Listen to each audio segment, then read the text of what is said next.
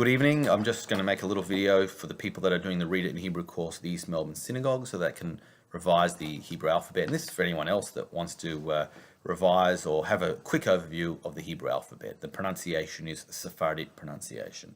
This is the first letter of the Hebrew alphabet. It's an Aleph. It's a neutral sound like an and depending on the vowel that it will take, we'll learn about vowels later, it will make an ah or an e or an oo sound. It's just that neutral sound, and it has real no sound of its own. It adopts the sound of the vowel that goes with it.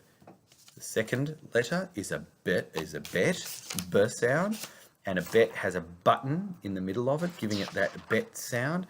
And when it doesn't have a button in the middle of it, it's a slightly different sound. It's a v, so much a softer sound. It's vacant of the button, if you will.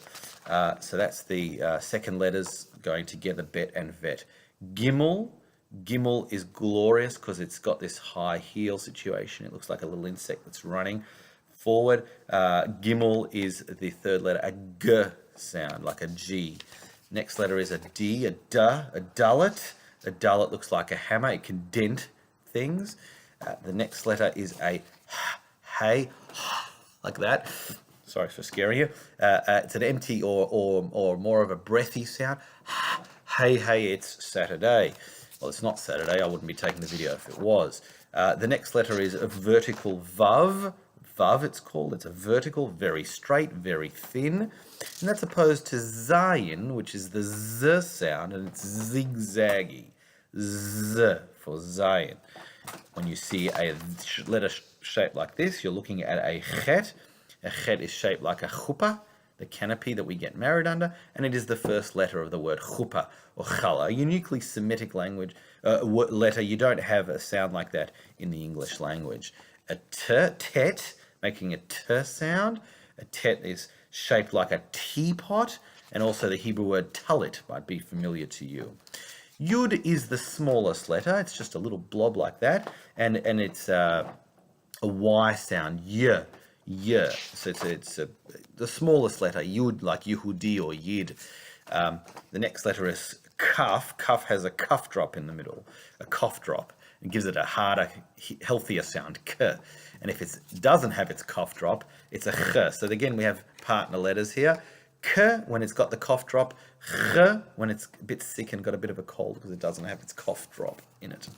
And we get our first introduction to a final letter. When these letters appear at the end of a word, they take on a different shape. It was often to denote that you've come to the end of the word, possibly, but final letters do appear for certain words in the Hebrew alphabet, and this is one of them, a final chaf. And you can see the final letter is when the letter gets opened up and almost causing you to stop and realize that it's the end of the word. So that's a final chaf, makes the same sound, ch, or if it had a dot, k, but it's just how these letters appear when they show up at the end of a word.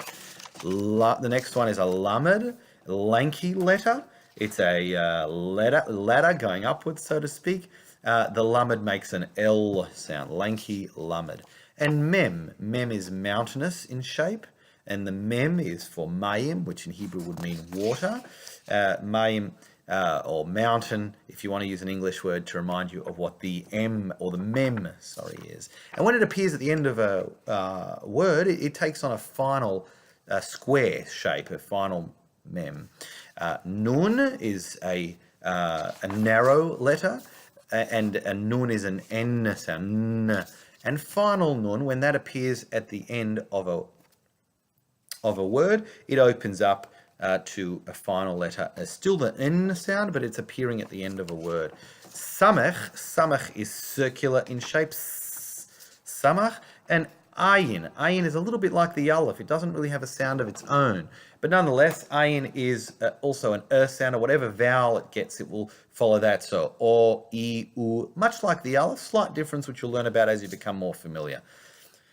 Pay is a P sound. It's got a penny in the middle, and when it doesn't, the penny can fall out and it makes a fay sound. So penny in the middle, pay, fell out, fay, like a P and like an F. Okay, and those are again sister letters working together. And when you get the final one, it opens itself right up, and it's the same sound, fay or pay, depending if it has a dot or not.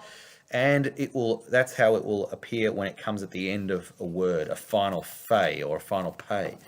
I haven't removed these two for whatever reason, so that's a tzadik. It's leaning forward, a little bit more humble tz sound. There's no equivalent to that. It would be like a T and a Z together, tz, like tzitzit, which I'm wearing right now. And a final tzadik, when it shows up at the end of a word, it will open itself up and still make the same sound, which is a tz, tz.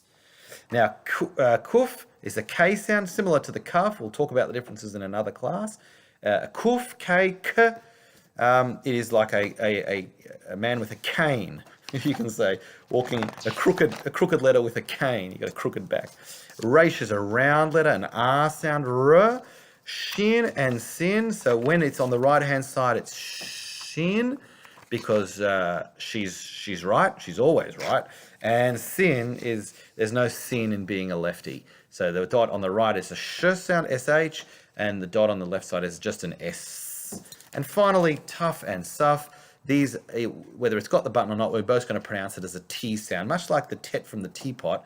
And I'll explain to you the difference in a later class. But this is a T sound, and those are the final letters in the Hebrew alphabet. Thank you for your patience, and have a good evening. Well, it's actually morning already. Have a good morning.